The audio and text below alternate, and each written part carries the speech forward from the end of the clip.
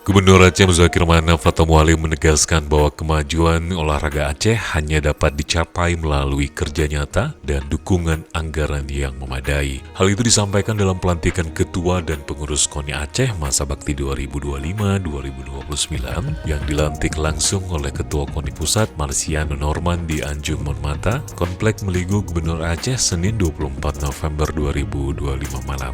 Dalam sambutannya, Mualim menilai jajaran pengurus baru memiliki kemampuan untuk membawa KONI Aceh semakin maju, namun mereka dituntut untuk disiplin dan bekerja sesuai tanggung jawab masing-masing. Pemerintah Aceh pasti mendukung dan memberi semangat.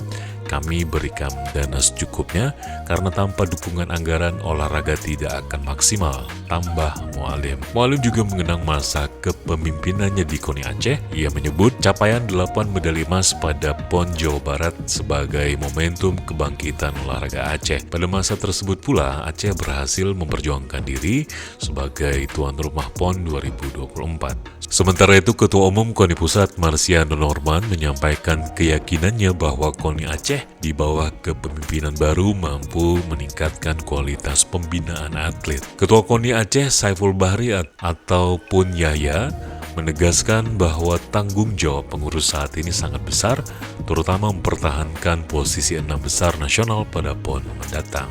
Puan Yahya menambahkan bahwa dirinya terpilih secara aklamasi berkat dukungan seluruh pengurus provinsi cabang olahraga, sehingga proses pemilihan berlangsung tanpa konflik. Puan Yahya juga menyampaikan terima kasih kepada almarhum Abu Razak, Ketua KONI Aceh sebelumnya, yang dinilainya telah meletakkan fondasi kuat organisasi.